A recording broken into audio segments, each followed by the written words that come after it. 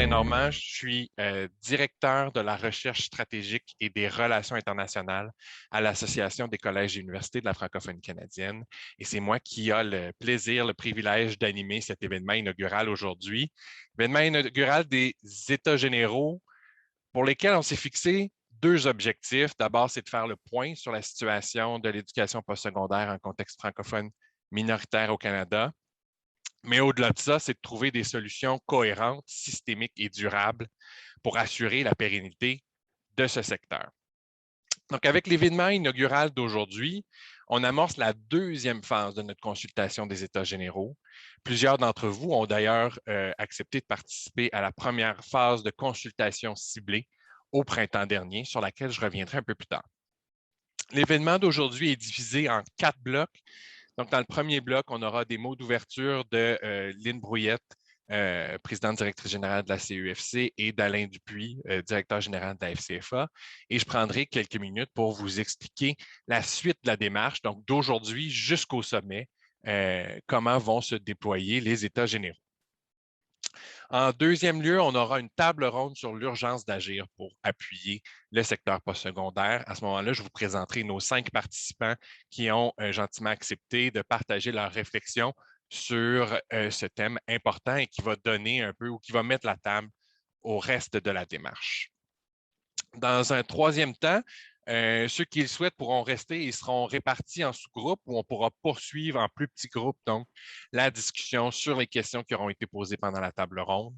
Et on terminera ça avec un dernier bloc qui sera une plénière où on pourra rassembler les interventions de chacun durant les sous-groupes. Donc, je vous signale que la rencontre d'aujourd'hui est enregistrée, c'est-à-dire que la première partie, les 2 premiers blocs de la rencontre d'aujourd'hui sont enregistrés, donc les mots d'ouverture et la table ronde. Ce n'est pas pour diffusion ultérieure, c'est simplement pour qu'on ait ça en banque pour faciliter la prise de notes et la préparation de comptes rendus. Donc, ça ne sera pas diffusé à l'extérieur de nos organisations. Donc, merci encore une fois à tous et je donne la parole pour commencer à Lynne Brouillette, présidente directrice générale de l'Association des collèges et universités de la francophonie canadienne pour son mot d'ouverture. À toi, Lynne. Merci beaucoup, Martin. Donc, distingués invités, messieurs les coprésidents de la CEFC, madame la présidente de la FCFA, membres du corps professoral, de la population étudiante et du personnel des établissements postsecondaires, membres des communautés francophones, bonjour. L'Association rêve depuis quelque temps d'organiser une grande consultation pan-canadienne sur le postsecondaire en contexte francophone minoritaire au Canada pour faire le point sur ce secteur et pour en imaginer l'avenir. Aujourd'hui, ce rêve se concrétise avec l'événement inaugural des États généraux sur le postsecondaire en contexte francophone minoritaire. Et c'est avec beaucoup de fébrilité que nous amorçons la deuxième phase de cette démarche ambitieuse, nécessaire et attendue. Je suis ravie de vous y accueillir en si grand nombre. Depuis l'annonce de la tenue des États généraux, nous sommes ravis de constater le fort engouement pour cette démarche au sein des communautés francophones.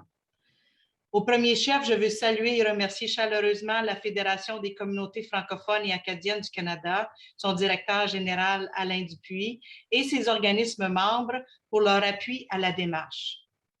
Nous sommes fiers et privilégiés de compter la FCFA comme un partenaire de premier plan pour réaliser ce projet ambitieux. Sa présence dans son projet donne une amplitude et une crédibilité plus grande à la démarche et elle sera une voie importante dans l'élaboration des suites à donner au sommet qui se tiendra en mars 2022. Je veux aussi profiter de cette occasion pour remercier toutes les institutions et les organisations qui ont participé à la première phase des consultations au printemps dernier et qui nous ont permis de donner forme aux ateliers thématiques qui se déploieront cet automne. L'éducation postsecondaire en contexte francophone minoritaire est un maillon essentiel du continuum de l'éducation en français et contribue considérablement à la vitalité des communautés francophones et au bilinguisme au Canada. Or, depuis quelques années, on voit émerger dans l'espace public une prise de conscience collective de la précarité du secteur. Il est désormais nécessaire et urgent de mener une réflexion d'ensemble pour trouver des solutions à l'échelle pan-canadienne aux enjeux qui fragilisent le secteur. Les États généraux se veulent une démarche d'envergure nationale qui permettra de faire le point sur la situation du secteur afin de trouver des solutions cohérentes, systémiques et durables pour en assurer la pérennité. La première table ronde aujourd'hui met la table pour les ateliers de l'automne en insistant sur l'urgence d'agir pour stabiliser le réseau d'établissements postsecondaires en contexte francophone minoritaire. Les organismes porte-parole de la francophonie canadienne souhaitent que leur communauté puisse compter sur des établissements postsecondaires forts et agiles. Mais les établissements craignent de ne pouvoir continuer à remplir leur mission bien particulière.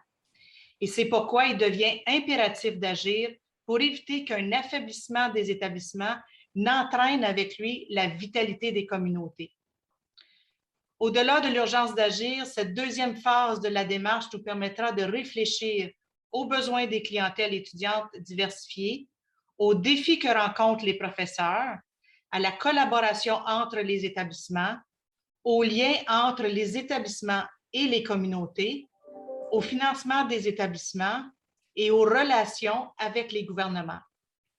Nous espérons que toutes les parties prenantes se sentiront interpellées par ces consultations ainsi que les forums citoyens qui nous mèneront au sommet de l'hiver prochain.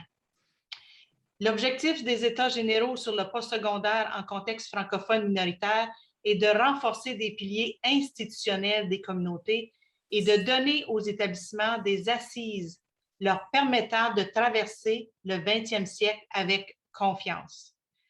Vous êtes conviés à exprimer vos besoins, vos attentes, vos aspirations et vos réflexions à l'égard du postsecondaire. L'intérêt que suscite cette démarche et l'appui que nous avons ressenti de l'ensemble de nos partenaires nous laisse penser que collectivement, nous sommes bien outillés pour assurer le succès de cette démarche. Bons États généraux à toutes et à tous.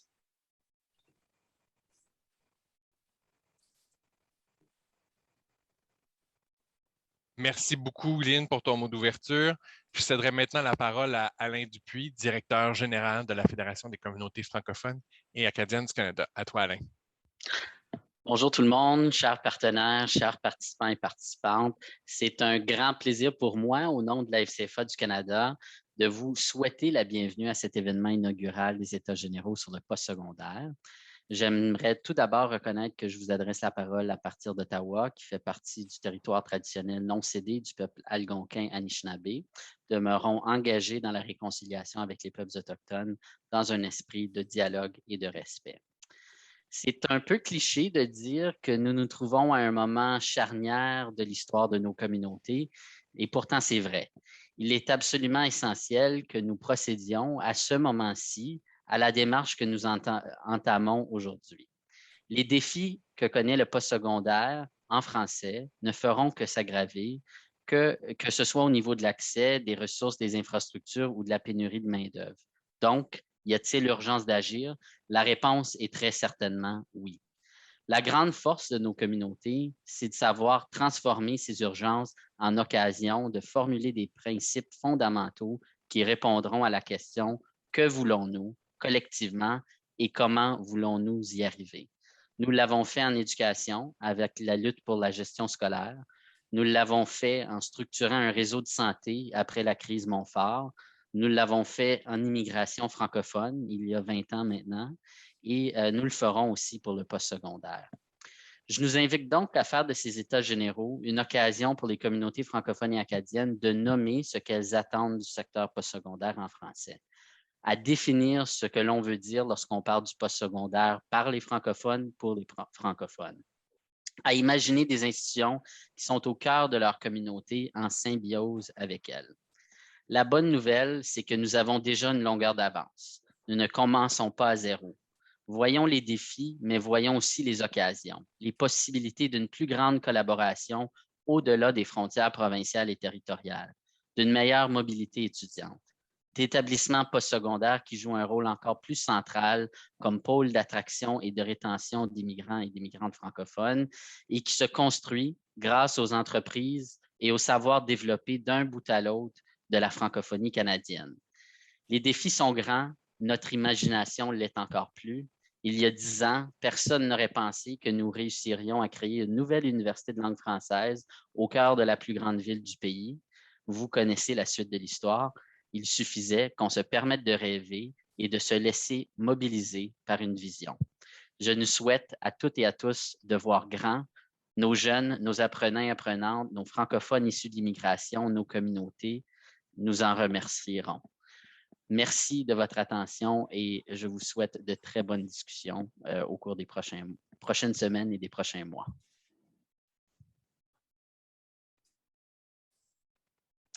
Merci beaucoup, Alain, pour votre mot de bienvenue. Peut-être juste un message avant d'aller plus loin. On a eu l'information selon laquelle notre réunion a été capée. On a eu un maximum de participants qui a été fixé à 100 alors qu'on avait une licence qui nous permet d'aller au-delà de ça. Donc, on essaie de régler le problème au moment où on se parle. On a présentement atteint la limite. On essaie de trouver la façon de permettre aux gens qui sont dans la salle d'attente de se joindre à nous. Je vous donnerai plus de détails dès qu'on en a. Donc, transmettez nos excuses là, si jamais il y a quelqu'un qui cherche à se brancher et qui patiente toujours dans la salle d'attente. Je vais donc partager mon écran un instant juste pour vous donner quelques informations sur la démarche des États généraux, c'est-à-dire qu'est-ce qu'on va faire à partir de maintenant et ça jusqu'au sommet des États généraux. Donnez-moi seulement un instant, je vais pouvoir faire ça.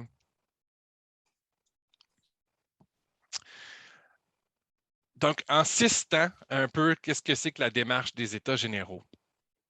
D'abord, un retour sur les consultations ciblées du printemps dernier. Plusieurs d'entre vous ont eu l'occasion d'y participer. On a eu des discussions individuelles et en groupe avec les hauts dirigeants de nos établissements membres et un sondage a aussi été envoyé à des organismes, des institutions et des centres de recherche dans la francophonie canadienne. Et à partir du résultat de ces consultations ciblées, c'est comme ça qu'on en est arrivé à préparer la programmation des ateliers de cet automne. Donc justement, les ateliers thématiques qui s'amorcent avec la table ronde d'aujourd'hui. Au-delà de la table ronde, il y aura 6 ateliers thématiques qui seront organisés du 13 octobre au 2 février 2022. Tous les ateliers thématiques seront en format virtuel. Donc, juste vous présenter rapidement la programmation complète. Donc, le prochain atelier, c'est le 13 octobre, des établissements à l'écoute de la population étudiante. Le 3 novembre, l'enseignement, la formation et la recherche en contexte francophone minoritaire.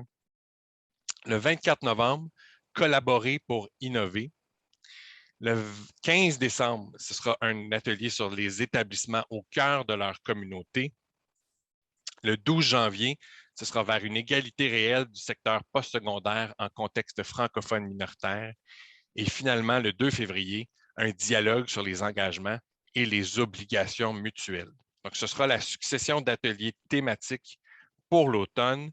Tous les ateliers prendront la même forme, c'est-à-dire qu'il y aura un document préparatoire pour l'atelier qui sera déposé sur le site Web des États généraux. Et l'atelier comme tel prendra un peu la même forme que celui d'aujourd'hui, c'est-à-dire qu'il y aura une table ronde pour lancer l'atelier, ce qui prendra à peu près la moitié de la durée de l'événement. Et ensuite, on répartira encore une fois les participants dans des sous-groupes pour poursuivre la discussion. À la fin de ces discussions en sous-groupe, il y aura une plénière pour partager un aperçu des discussions qui auront eu lieu en sous-groupe. Et après chacun des ateliers, on préparera une synthèse qui sera rendue disponible sur le site Web des États généraux. Peut-être juste vous le présenter aussi, le site Web des États généraux. Vous devriez le voir en ce moment à l'écran. Donc, vous avez un onglet documentation et c'est donc sur cet onglet-là que vous pourrez trouver l'information et les documents avant les ateliers et après les ateliers. En plus des ateliers thématiques, on a créé 4 rôles de rapporteurs spéciaux. Il s'agit donc de quelques personnes qui pourront suivre l'ensemble des ateliers thématiques avec une lentille particulière.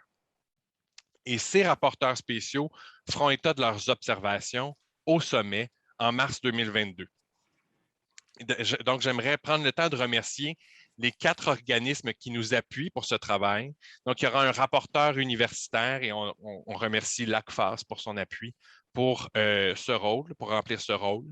Un rapporteur collégial, et dans ce cas-ci, c'est le réseau des cégeps et des collèges francophones du Canada qui nous apporte son appui.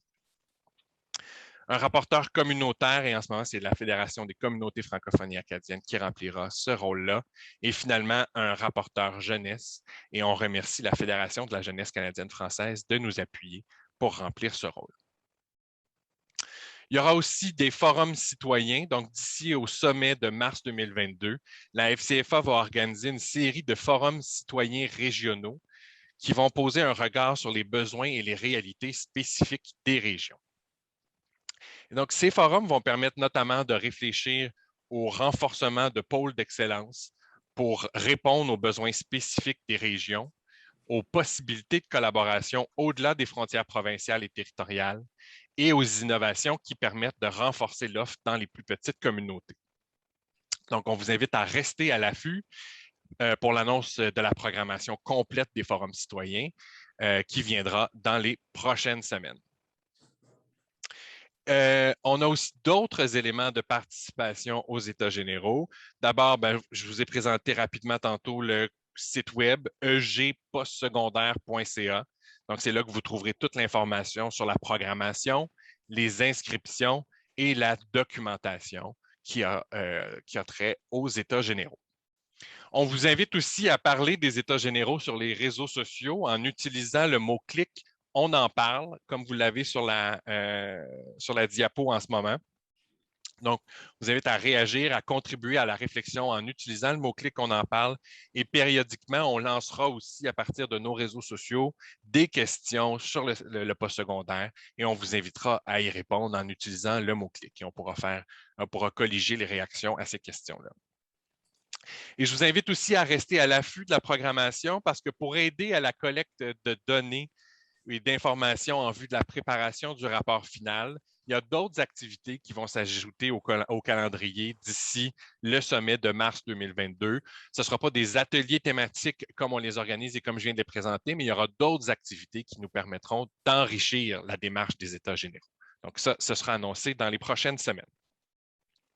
Et finalement, tout ça va culminer avec le sommet des États généraux déjà prévu pour le 24 et le 25 mars 2022, un sommet qui va servir à faire le bilan des consultations, à identifier des pistes d'action et à préparer le rapport final de la démarche qui suivra quelques mois après le sommet des États généraux. Donc, on est ravis de constater le fort engouement pour cette démarche au sein des communautés francophones et pour continuer à susciter l'engagement et à diffuser l'information sur notre démarche. On est fiers d'annoncer que nous avons conclu un partenariat média avec Réseau.presse qui va nous accompagner dans la couverture et dans la promotion de nos événements au cours des prochains mois. Donc, on vous invite à suivre aussi cette couverture médiatique-là sur la plateforme de Franco-Presse notamment. Donc, je remercie Réseau.presse de s'engager dans la démarche avec nous.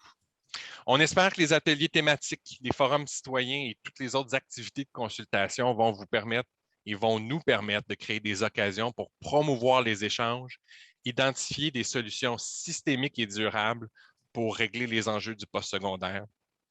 Et pour toute question sur la démarche, je vous invite à m'écrire directement à travers le formulaire « Nous joindre » qui est sur le site web des États généraux. Donc, ça conclut ce premier bloc. Je vous remercie beaucoup. On va pouvoir maintenant passer à notre table ronde sur l'urgence d'agir.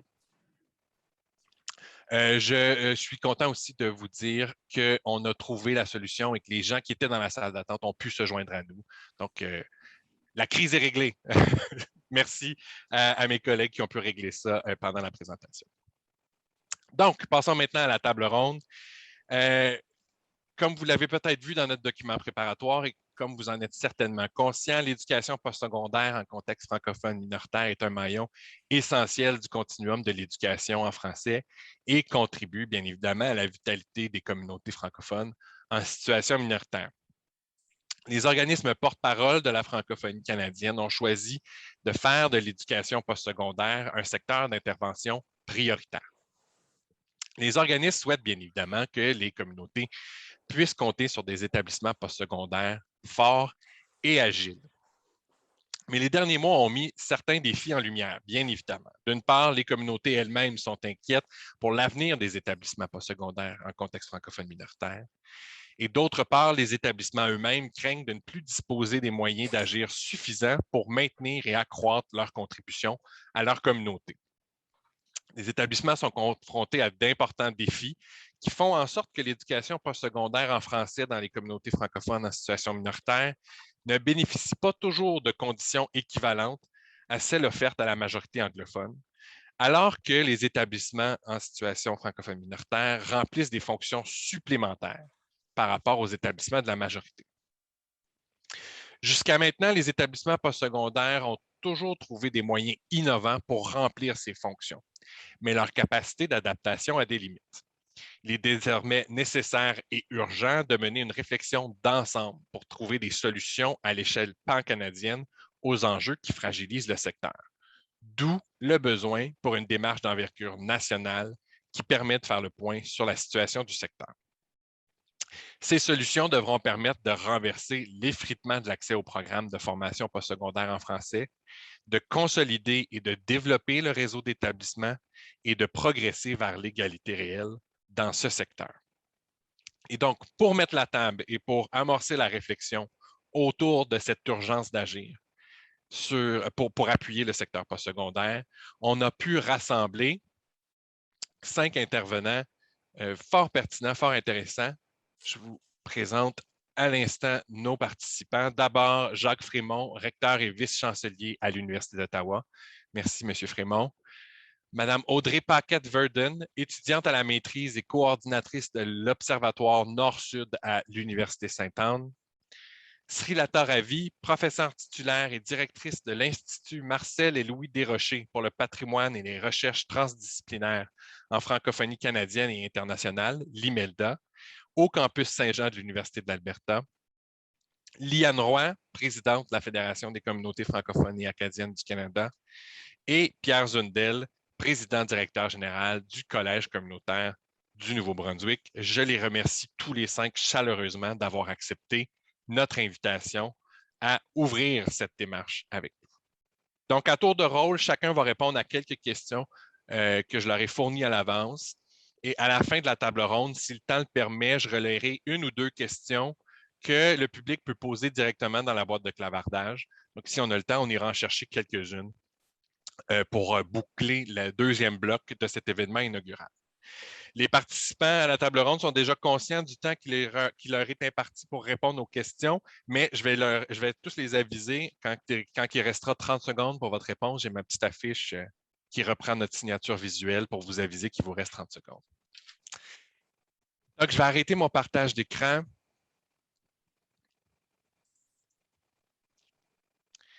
Et on lance à l'instant la discussion avec la première question. C'est M. Frémont qui sera appelé à y répondre en premier.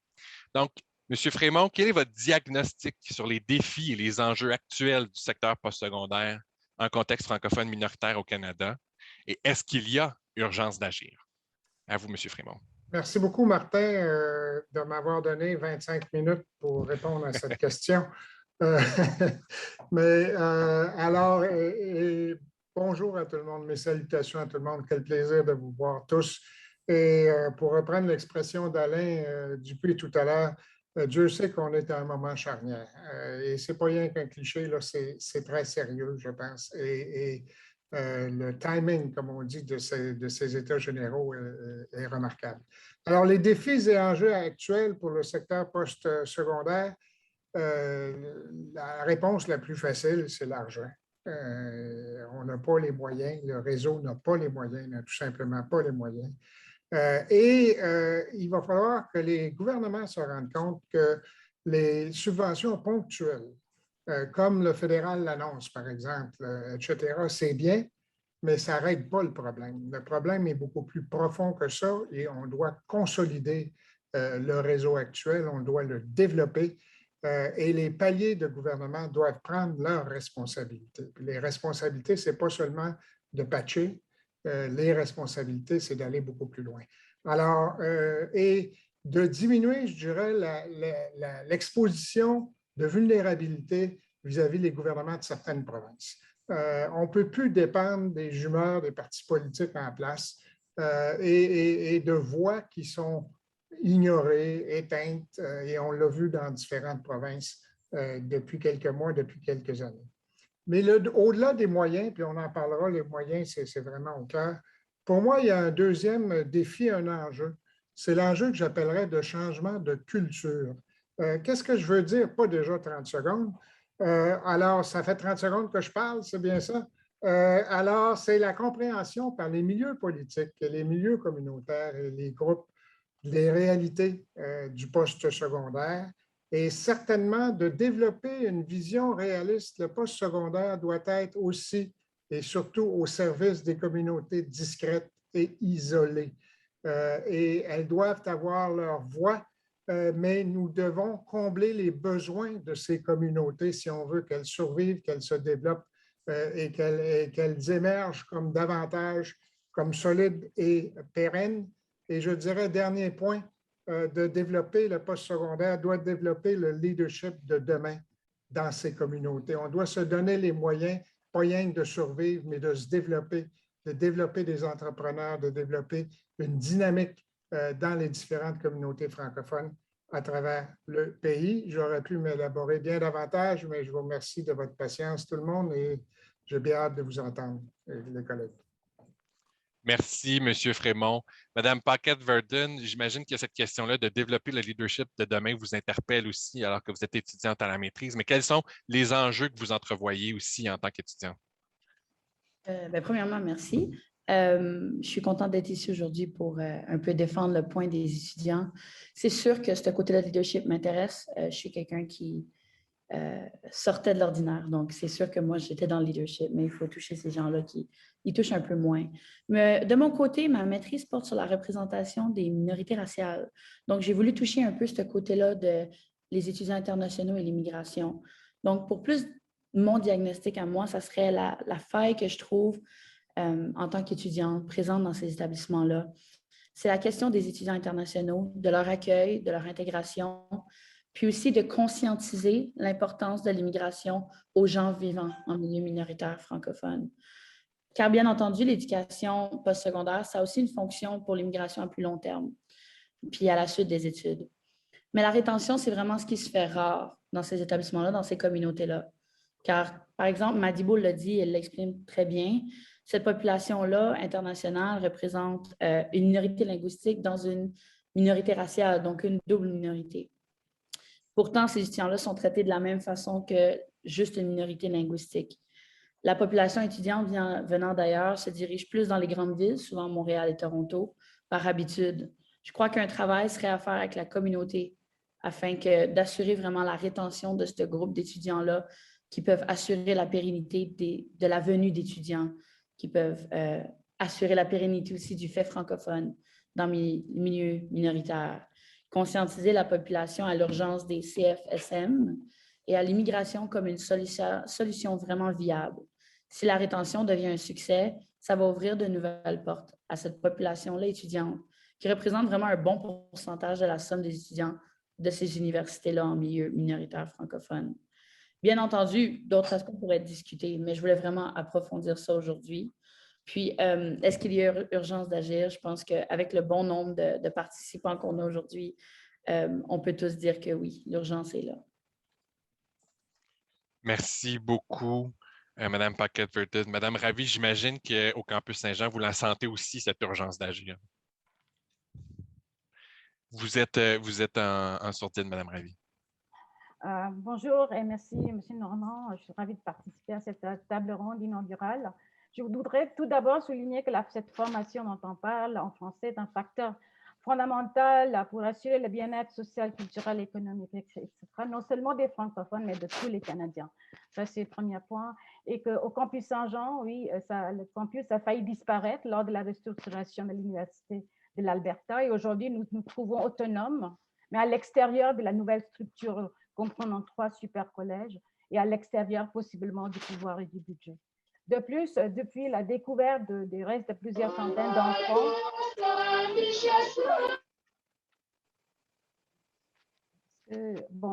depuis la découverte des restes de plusieurs centaines d'enfants à proximité d'anciens pensionnats autochtones fondés par les Oblats, la francophonie dans l'Ouest se trouve obligée de revisiter son passé et de faire un effort collectif vers la réconciliation et la réparation. Ceci est aussi un devoir civique, tout comme le devoir d'assurer le continuum de l'éducation en français.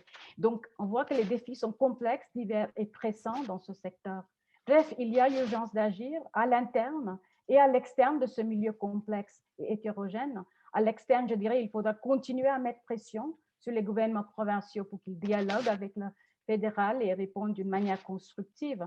Et à l'interne, la double crise financière et médicale, à laquelle on pourrait aussi ajouter la méconnaissance du public envers l'importance de ces établissements, nous oblige à trouver des stratégies ambitieuses, innovatrices pour le développement en réseau des programmes transdisciplinaires d'enseignement et de recherche qui s'avéreraient flexibles, accessibles et uniques, qui mettraient en œuvre notre intelligence collective et résiliente et qui seraient guidés par des principes d'équité, de diversité et d'inclusion.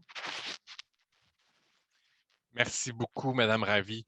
Madame Roy, j'imagine que dans les propos que vous venez d'entendre, je vous ai vu hocher de la tête à plusieurs reprises. Il y a des choses qui vous parlent aussi.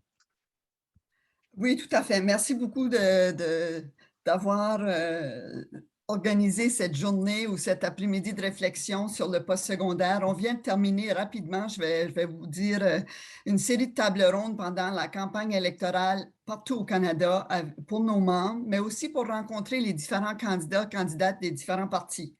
Le postsecondaire a été au cœur des discussions, donc je veux juste rassurer les gens, quand on parle d'enjeux, le postsecondaire a été vraiment présent dans toutes nos discussions et c'est vraiment aussi une des solutions à l'ensemble des enjeux de nos communautés francophones et acadiennes un peu partout.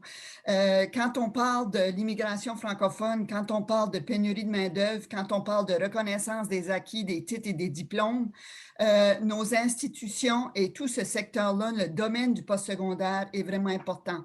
Un des enjeux qu'on ne parle pas assez souvent, et je pense qu'il est un problème au Canada tout entier, c'est qu'on n'a pas de ministère national de l'éducation. Donc, ça rend les discussions un petit peu difficiles, mais ce que ça fait, c'est que ça met encore plus de pression et plus d'importance sur nos associations qui représentent le secteur et justement une association comme la FCFA où on doit parler de ces enjeux-là parce qu'il n'y a pas de ministère national. Et on se rabat sur les ministères provinciaux et on sait qu'est-ce que ça donne quand on n'a pas de clause linguistique ou qu'on n'a pas dans nos ententes fédérales, provinciales, territoriales. Donc, je n'irai pas là, ce n'est pas le sujet aujourd'hui, mais ça touche. Quand on parle du par et pour, là aussi, les gens, on s'est aperçus partout parce qu'on vient juste de faire tout ça d'un bout à l'autre du pays, ça fait que c'est frais dans ma tête. On en a fait 15. 16 partout au pays. Donc, le par et pour est un peu méconnu aussi quand on parle de ça. Qu'est-ce que ça veut dire?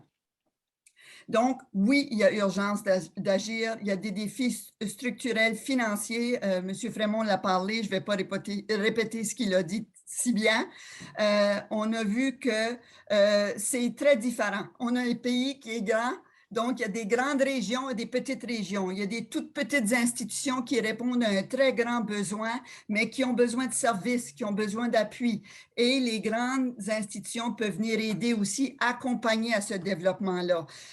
On a vu dans les exemples de la Laurentienne, on a vu dans les exemples le manque d'inscription pendant la pandémie d'étudiants internationaux, comment ça a venu fragiliser encore plus certaines institutions.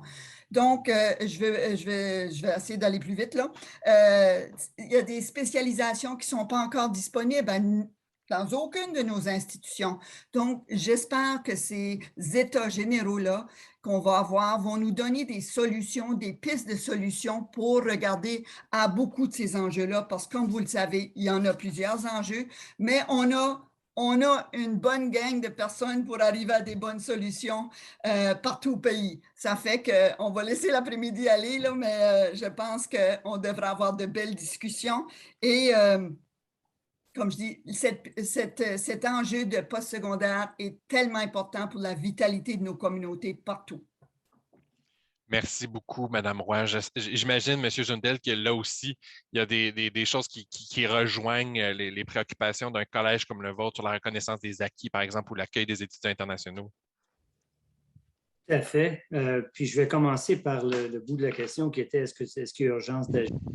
Les défis auxquels font face le postsecondaire sont chroniques, c'est de longue date, la fragilité, mais on a vu avec des changements d'orientation politique, avec la pandémie, avec des événements ponctuels, que ça passe du chronique à l'aigu.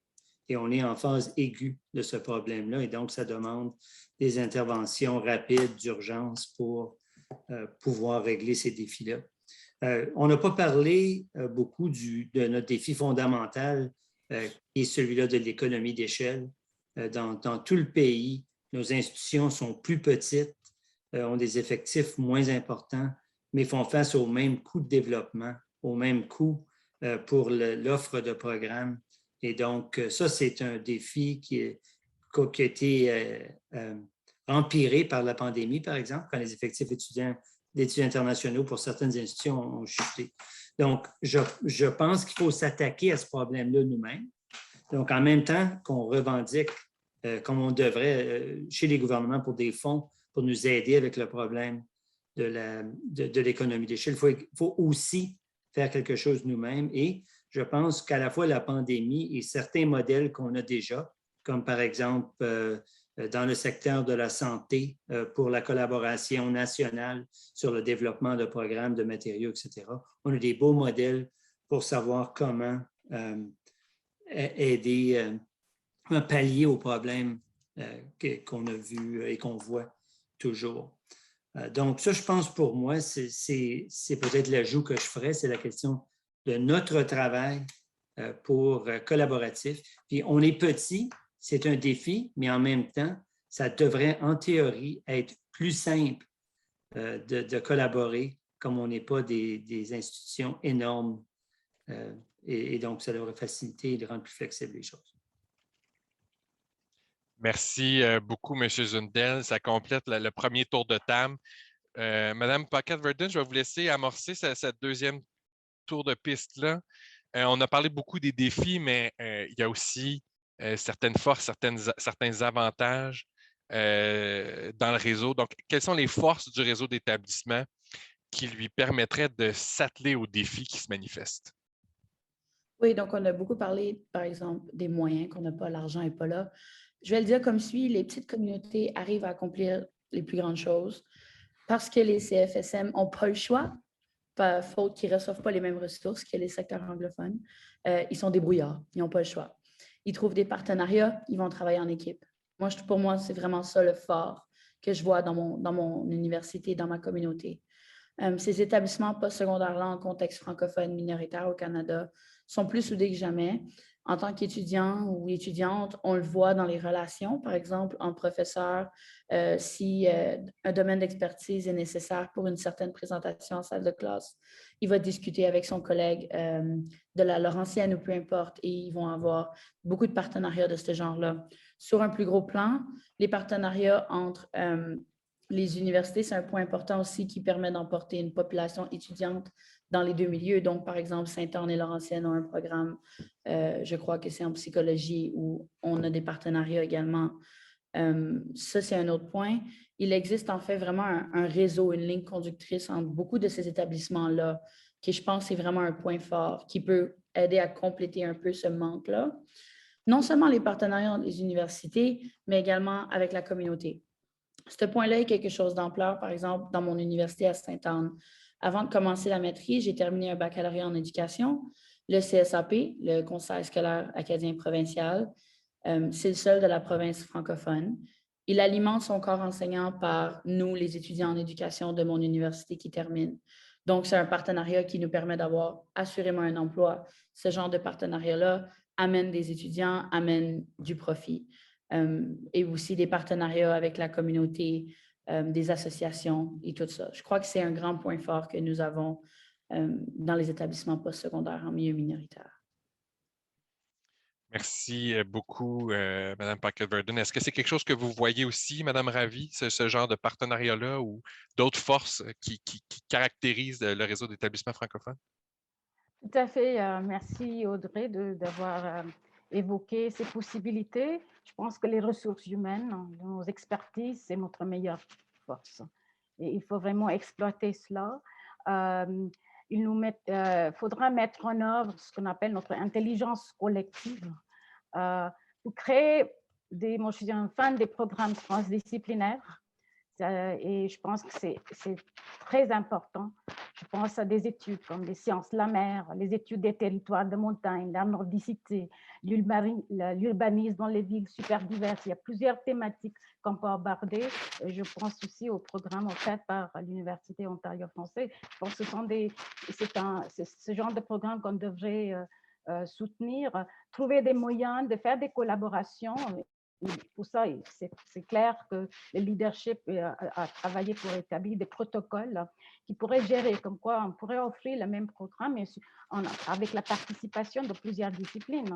Par exemple, le campus Saint-Jean pourrait être leader d'un programme en cherchant des expertises, d'autres expertises d'autres établissements. Chaque établissement pourrait prendre en charge une certaine thématique transdisciplinaire. Et donc, il y a toutes sortes de possibilités. Mais tout ça, moi, je pense que ce sont des atouts, mais je pense aussi que ce réseau, c'est tellement crucial pour le développement de ce genre de collaboration étroite. Il faut prendre en considération non seulement de la hétérogénéité structurelle de ces institutions, mais aussi des contextes socioculturels dans lesquels ces institutions servent leur communauté. Donc, je dis, il y a des forces, mais il faut aussi prendre en considération cette hétérogénéité, à mon avis, qui est extrêmement important. Ces stratégies aideront à créer des masses critiques de professeurs et d'étudiants dans les salles de classe. Merci beaucoup, Mme Ravi. Madame Roy, vous aussi, j'imagine que vous êtes capable d'en identifier certaines forces, vous qui avez déjà aussi une expérience dans le réseau d'établissements. Oui, je pense que l'expérience, ça vaut beaucoup quand ça fait plusieurs années qu'on circule dans certains secteurs. Je pense que l'importance, un peu pas pour répéter ce qu'Audrey et Mme Ravi disaient, mais les partenariats, la concertation, la collaboration, c'est vraiment la réponse à beaucoup et on a de grandes forces de ce côté-là. Il faut vraiment appuyer nos associations qui travaillent aussi avec les établissements, avec les institutions, parce que si on regarde d'un point de vue pan-canadien, on a des associations qui regroupent les universités, les collèges, le réseau de l'Alpha aussi et des compétences essentielles, les jeunes, la culture. Donc, on a beaucoup d'atouts du côté du mouvement associatif qui représente nos communautés francophones et acadiennes partout dans le pays. Donc, il faut trouver un moyen de bâtir sur les expériences des uns et des autres pour pas toujours être à reprendre la roue, recommencer la roue aussi. Parce que souvent, quand on va d'une région à l'autre, on s'aperçoit, mais ça a été traité, ça a été réglé dans une autre région, bien qu'il y a des particularités dans chacune de nos régions. Je pense qu'il faut augmenter, il faut vraiment se bâtir une manière d'être capable d'apprendre des uns et des autres. On a une capacité d'innovation vraiment en matière de modèles de prestation de services, en particulier dans les petits milieux.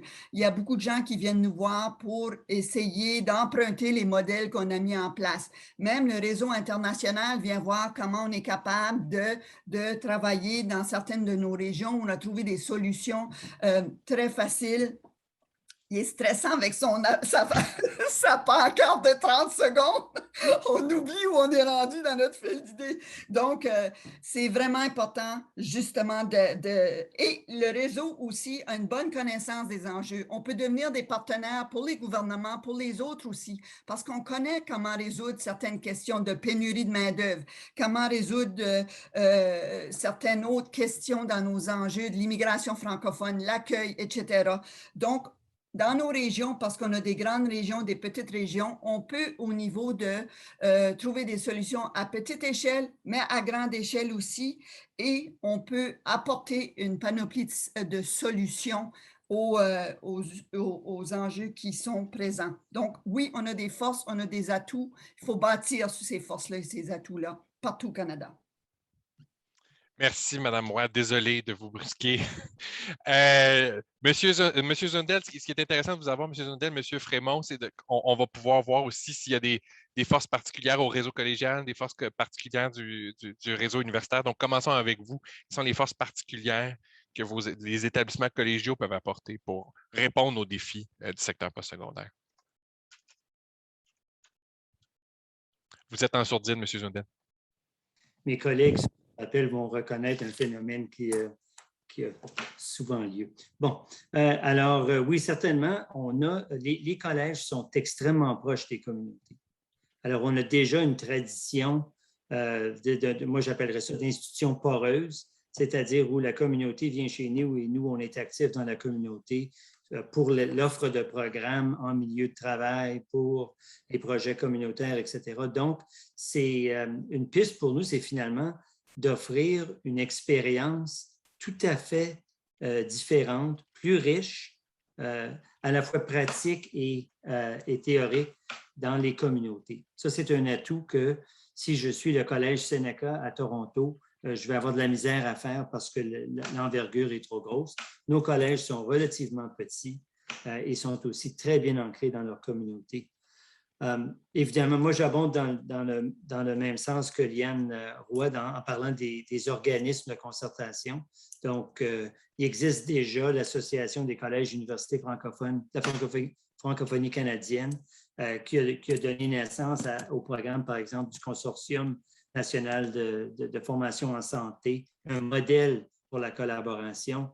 On avance dans le même sens dans le secteur de la justice, dans le secteur de l'éducation, etc. Donc, ça, ce sont des structures qui nous permettent de collaborer de façon plus efficace, d'aller chercher un appui fédéral pour la collaboration, parce que la collaboration, ça prend des ressources.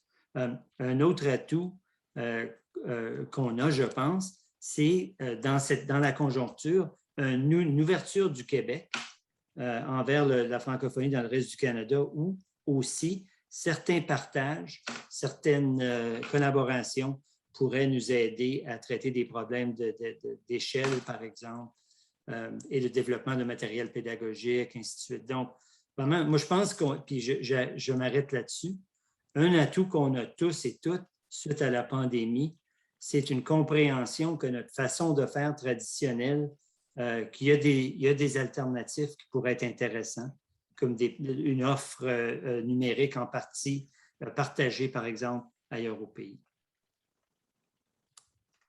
Merci, M. Zundel, M. Frémont, sur les forces du réseau universitaire. Merci à toutes celles et ceux qui ont parlé, qui ont dit tout ce que je voulais dire. Mais peut-être sur une note plus sérieuse, je pense que le réseau de l'Association des collèges et universités de la francophonie canadienne est un atout absolument incontournable. Et on se connaît, on travaille ensemble en santé, de plus en plus en justice, et il y a un potentiel énorme de travailler ensemble, beaucoup plus. Et je pense que l'avenir est là, c'est très clair. La masse critique est là aussi, c'est-à-dire que si tout le monde se regroupe au sein de l'Association des collèges et travaille ensemble, on commence à avoir notre masse critique.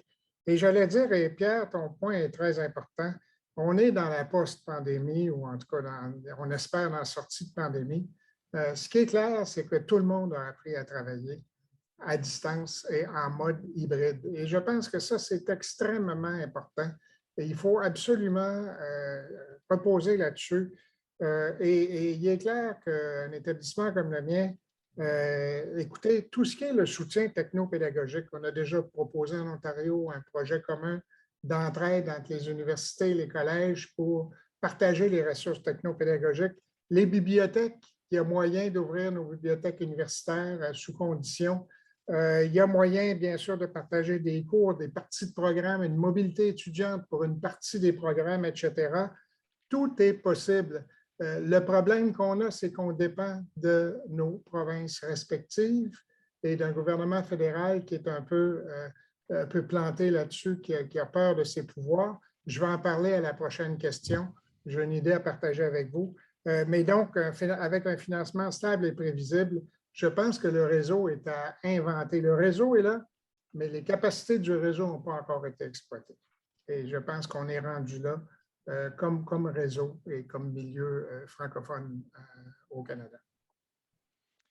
Merci beaucoup, M. Frémont. Vous me permettez de faire le lien directement avec la prochaine question, c'est-à-dire de réfléchir aux pistes d'action qui doivent être à privilégier ou encore les occasions qui sont à saisir pour développer, pour stabiliser le secteur postsecondaire en contexte francophone minoritaire. Madame Ravi, vous pourriez commencer. Oui, merci, M. Normand. Moi, j'ai deux pistes. Premièrement, assurer l'équité, diversité et l'inclusion sur tous les plans, enseignement, recherche et administration. Deuxièmement, créer des cours et des programmes de recherche en mode, je dirais, bimodal, en présentiel et en virtuel, qui engendreraient des possibilités distinctes pour nos étudiants sur les plans de la mobilité, de la diversité et de l'innovation. Voilà, pour résumer. Merci beaucoup. Madame Roy, vous voulez ajouter? Oui, absolument. Merci. Les pistes d'action privilégiées, bien, je pense qu'il faut vraiment explorer le fonctionnement en réseau, le partage de services ou services partagés. Je pense qu'il faut vraiment voir comment est-ce qu'on est capable de bâtir sur ce que, puis je ne vais pas répéter ce que j'ai dit tout à l'heure dans une des autres réponses. Je crois aussi qu'on doit favoriser la recherche sur nos institutions comme telles.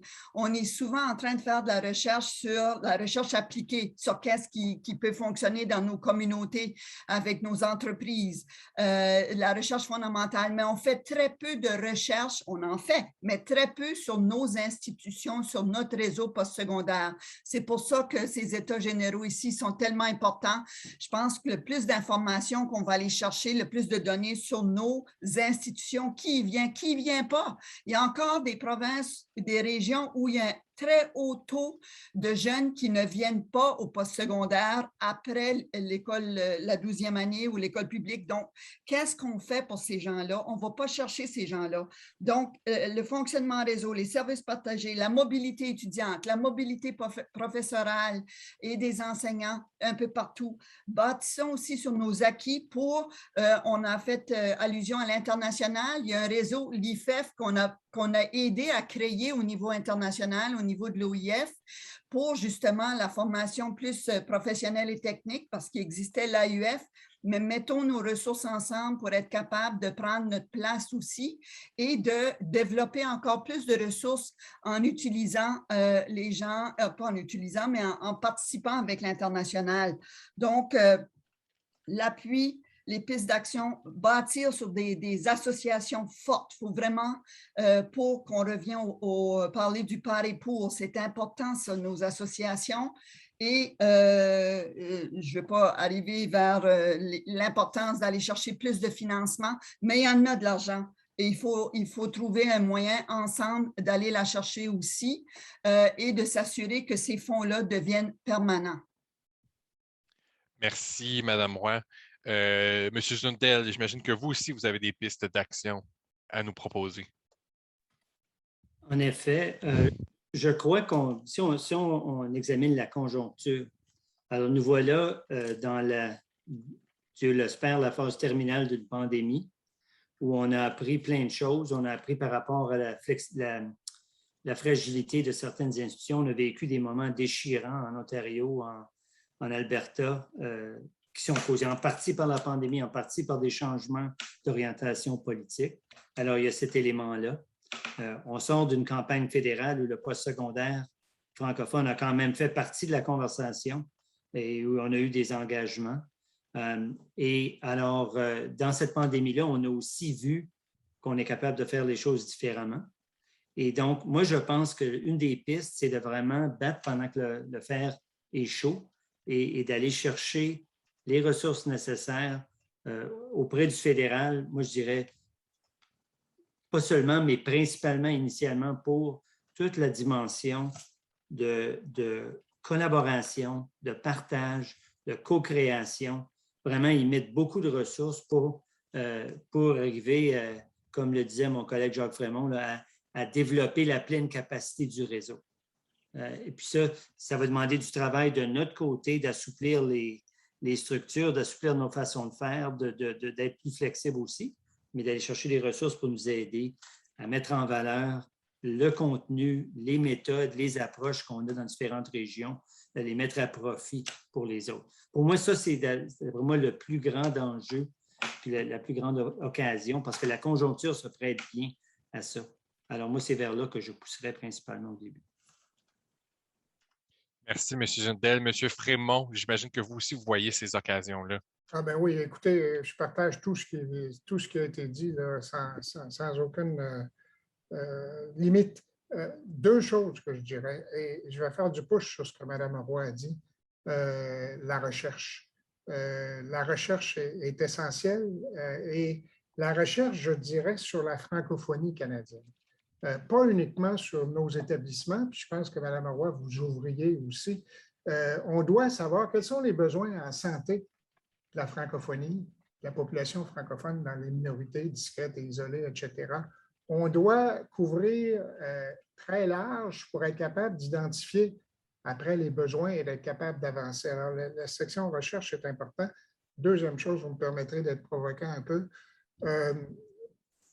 Pourquoi est-ce que le fédéral, qui est responsable pour les langues officielles au Canada et qui ne se gêne pas pour dépenser dans les langues officielles, qui ne se gêne pas pour dépenser dans le secteur de la santé, dans le secteur de la justice, parce que ce sont des responsabilités que le fédéral s'autorise. Moi, comme constitutionnaliste, je vous dis, il faudrait réfléchir si le fédéral n'est pas responsable en première ligne, si on parle de survie des communautés francophones discrètes et isolées, si le fédéral n'a pas une responsabilité constitutionnelle d'intervenir directement. En tout cas, la capacité d'intervenir directement. Et je pense qu'il est temps que, comme milieu, on pose cette question-là de façon brutale. Alors parce qu'on est toujours au solde des provinces, puis on sait ce qui arrive. Mme Roy le disait, on doit traiter avec 11 gouvernements au Canada, sinon plus.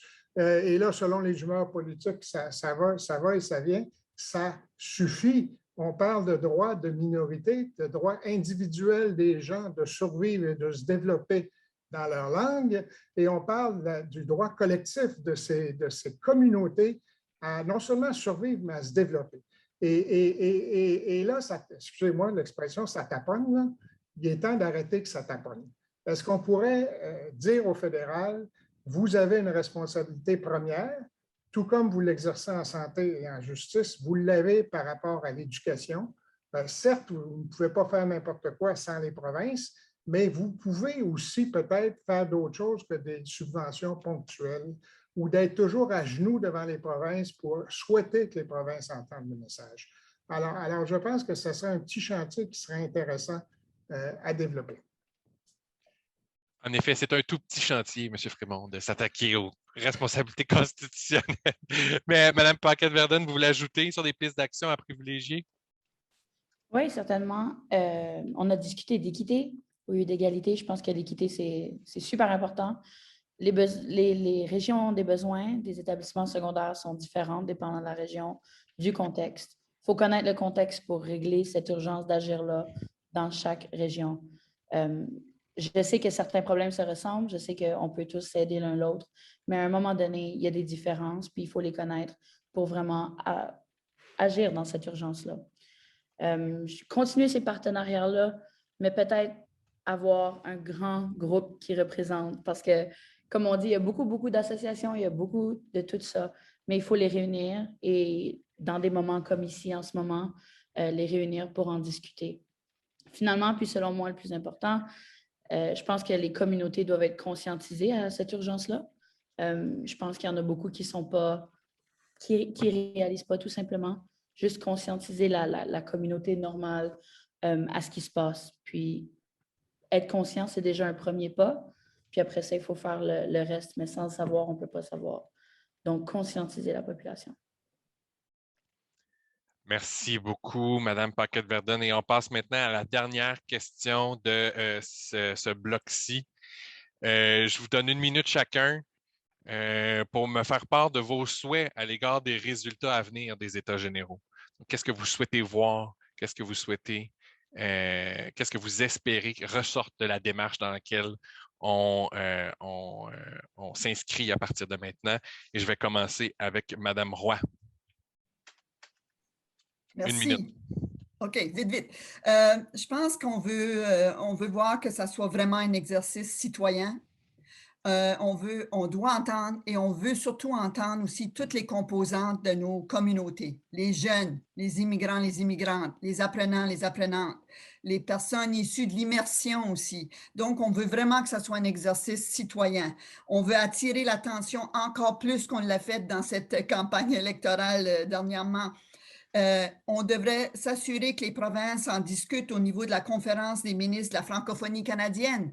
Oui, on a CIMEC, mais si on parle de langues officielles et l'importance de tout ça, c'est la CMFC qui devrait en parler aussi.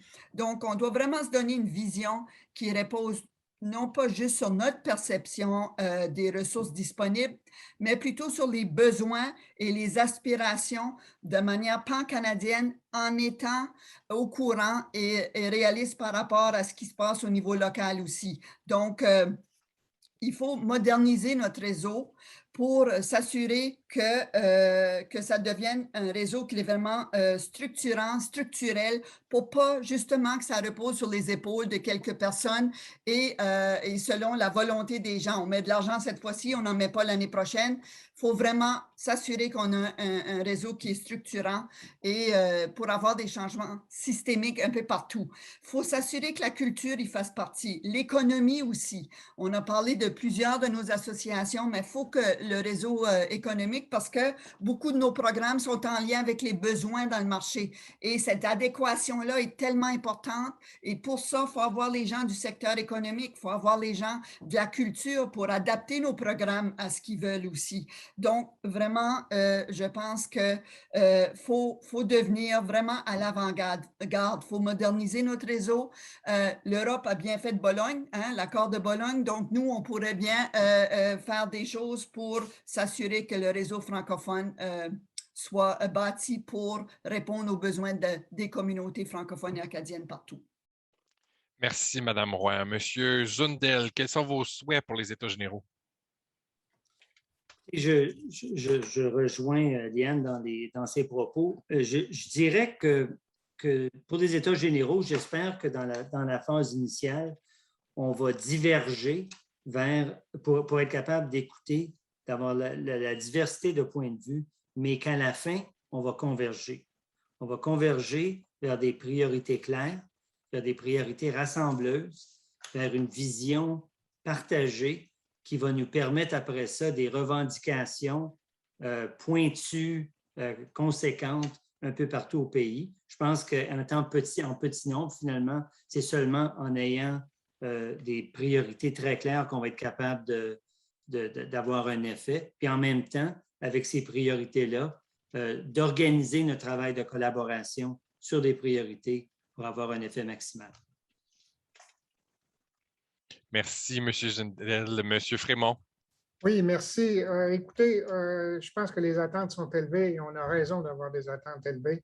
Je pense que ça va nous permettre d'écouter pour les établissements, certainement, universitaires, collégiaux, d'écouter les messages, d'écouter les idées aussi qui se promènent. Et peut-être aussi pour les participants qui sont moins familiers avec le postsecondaire, de prendre la dimension aussi de la réalité des défis. On travaille, nous autres, sur 10 ans, sur 15 ans, sur 20 ans. L'espace-temps n'est pas le même que dans le reste de la société. Moi, ce que je rêve, c'est que ce changement de culture dont je parlais c'est de développer collectivement cette vision et qu'on puisse passer d'une culture de survie à une culture de développement et une culture d'émancipation. On est tanné d'être le dernier boguet en arrière. Il serait peut-être temps qu'on soit en contrôle et qu'on décide de la destinée, non seulement de l'enseignement, mais pas secondaire, mais des différentes communautés. Et pour moi, cet exercice d'États généraux va nous donner les moyens collectivement, pour les communautés et les établissements d'enseignement supérieur, peut-être pas de mettre le point sur la table, mais d'affirmer haut et fort quels sont les besoins consensuels du milieu et de tracer la voie à suivre pour l'avenir. Merci, M. Frémont. Madame Paquette-Verdun? Oui, je pense qu'il faut laisser la parole aux gens concernés, les étudiants, les professeurs. Ces gens-là, c'est ceux qui vivent ça. C'est eux qui vivent ça. C'est eux qui vivent avec le stress de la Laurentienne qui pourrait peut-être fermer ses portes. C'est eux qui vivent avec ça. Laissez-leur la parole. Je pense que c'est vraiment ça qu'il faut. Je suis une étudiante, fait que je vais défendre mes droits. Merci, on vous comprend tout à fait, Mme Paquette-Verdun. Et Mme Ravi, pour conclure ce tour de table. Je suis d'accord avec tout ce qui a été dit. Donc, mon souhait, c'est qu'on ait une meilleure connaissance des différences qui définissent les différents milieux socioculturels de ce secteur et les communautés qu'elles servent, afin de trouver une vision et une mission commune et qui se formulerait d'en bas. En fait, moi, je suis d'accord avec Audrey. Et puis, qu'on établisse, mon deuxième souhait, c'est qu'on établisse un plan efficace pour la création des programmes interinstitutionnels et transdisciplinaires. Voilà mes deux souhaits. Merci, merci beaucoup. On peut peut-être se permettre, il y a beaucoup de commentaires dans la boîte de clavardage. Je vous remercie là, de réagir aux propos de nos participants. Madame Ravi, vos réflexions sur les programmes transdisciplinaires ont eu beaucoup d'écho dans la boîte de clavardage. Je vous donnerai peut-être une autre minute pour revenir sur les moyens dont les programmes transdisciplinaires pourraient être mobilisés ou créés pour répondre aux besoins complexes des communautés francophones. Peut-être que vous pouvez bonifier là-dessus, d'autant plus qu'avec votre chaire de recherche aussi, vous y réfléchissez sur une base continue. Ouais. En fait, merci, M. Normand, de m'avoir donné la parole. Pour moi, la transdisciplinarité, c'est l'avenir et c'est la solution. Et puis, je pense qu'on a des ressources. C'est question de mettre ça ensemble. Bon, il y a toute la partie bureaucratique, administrative à gérer, mais ça peut se faire s'il y a la volonté. Parce qu'il faut aller au-delà des disciplines. Si on veut se distinguer des autres universités conventionnelles, des départements conventionnels qui proposent des programmes conventionnels, il faut trouver des moyens. Je pense que là, je parle aussi pour les étudiants qui ont aussi exprimé cela, le fait de trouver des choses, des thématiques qui, à partir des problèmes qui se posent, et de faire participer les disciplines d'une manière interconnectée. Donc, la transdisciplinarité devient à ce moment-là non seulement une éthique dans le sens où ça démontre l'engagement et ça crée des ponts non seulement entre les institutions, mais entre l'institution et les communautés, qui rendent encore plus pertinentes ces programmes-là. Et ça pourrait, à ce moment-là, il y a des modalités importantes. Par exemple, on peut quand on établit ce plan, on pourrait avoir des thématiques différentes, des programmes différents, et chaque institution pourrait se charger d'un programme spécifique. Et à ce moment-là, on pourra s'assurer qu'il y ait des effectifs. Ça c'est vraiment de la collaboration à plusieurs niveaux. Au niveau de la construction des cours, au niveau des livraisons des cours et au niveau aussi de la gestion des étudiants. Donc, je pense qu'il y a déjà des programmes de ce genre en Europe. Je pense à des programmes Erasmus. Je pense aussi à des programmes au Québec. Donc, il y a des exemples qu'on pourrait suivre. Et je pense on a assez on a cette expertise dans ce milieu et il faut exploiter. Voilà. Merci, Mme Ravi. Est-ce qu'il y en a d'entre vous qui vouliez ajouter sur la transdisciplinarité?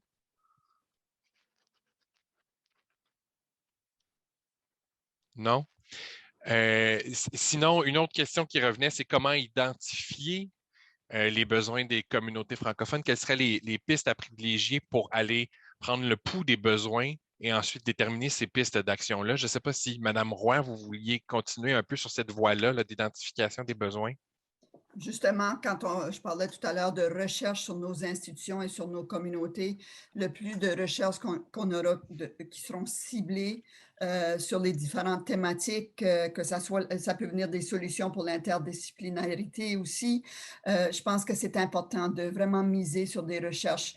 On en a déjà beaucoup. Si on avait une manière de recueillir l'ensemble de ce qu'on fait déjà, parce que chacune des institutions fait beaucoup de recherches, beaucoup de recherches, pas des recherches qui sont documentées dans le sens, mais ont beaucoup d'informations qui peuvent mettre à profit, peuvent mettre à la disponibilité des autres, à la disposition des autres. Ça fait que je pense que le plus de recherches et d'évaluation de besoins. On a des évaluations sur nos étudiants, où ils sont rendus, etc. Donc, c'est ça qu'il faut s'assurer qu'on ait un dépositoire à quelque part pour ramasser ces informations-là, pour être capable d'analyser les informations et de retirer ce qu'on a de besoin.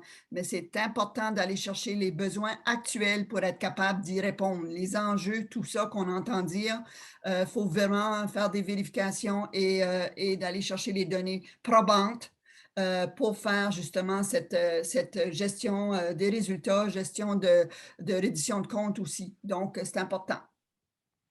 Monsieur Zundel, vous vouliez ajouter?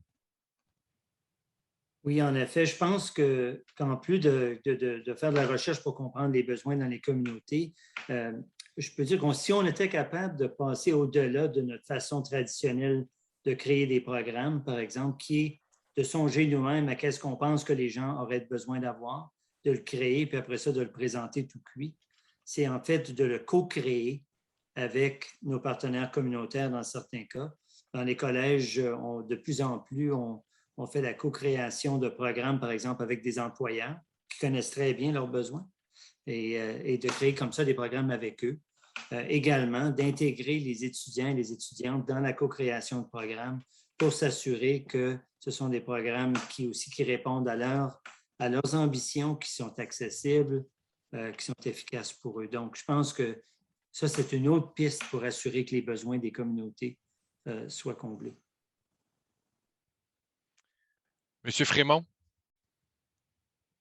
sur la même question? Oui, sur la même question, je pense qu'un des domaines qui, je pense, serait intéressant qu'on s'y arrête, c'est la question, puis c'est quoi le mot en français, le reskilling et le upskilling. C'est-à-dire que l'économie est en train de changer, ce que nous faisons est en train de changer, les emplois sont en train de changer, de se métamorphoser, et il y a des besoins qui sont évidents, j'imagine, dans la ville de Toronto, puis de Montréal, des grandes villes, mais il y en a dans les communautés aussi. Et ça serait certainement intéressant. Au-delà, puis c'est très important, disez-moi pas mal, je ne suis pas en train de dire qu'on doit laisser aller la mission fondamentale, l'enseignement de premier cycle, cycle supérieur, mais ce rehaussement des compétences avec des programmes, parfois des programmes courts, etc., ça serait intéressant d'entendre ce que les communautés ont à dire là-dessus, parce que les établissements d'enseignement postsecondaire ont un rôle à jouer. Donc, si vous n'avez pas d'autre chose à ajouter, ça va me permettre de conclure ce deuxième bloc de notre événement inaugural. Ce qui me rassure beaucoup dans ce que j'ai entendu, c'est que je pense que dans le choix des thématiques pour les ateliers qui viennent dans la démarche, je pense qu'on a visé juste en combinant les avis qu'on a reçus dans la première phase de consultation. On a parler des besoins de la population étudiante, de la recherche et des professeurs, de la collaboration comme voie d'avenir, de façon de trouver comment les établissements peuvent mieux répondre aux besoins des communautés.